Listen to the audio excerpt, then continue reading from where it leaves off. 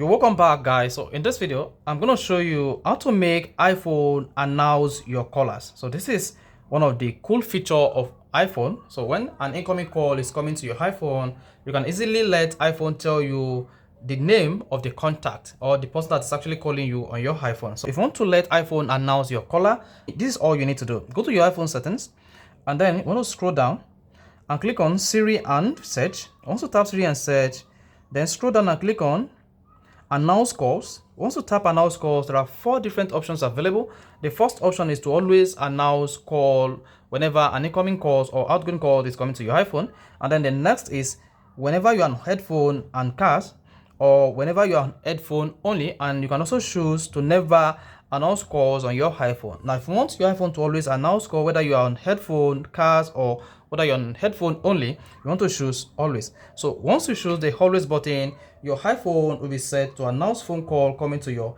iPhone always. Now let's go ahead now and set this, whether the iPhone is going to announce your phone call.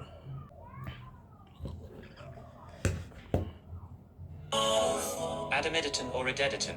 So that is it. It just announced my name. So let me just put this call through again. Add a Mediton or a Dediton.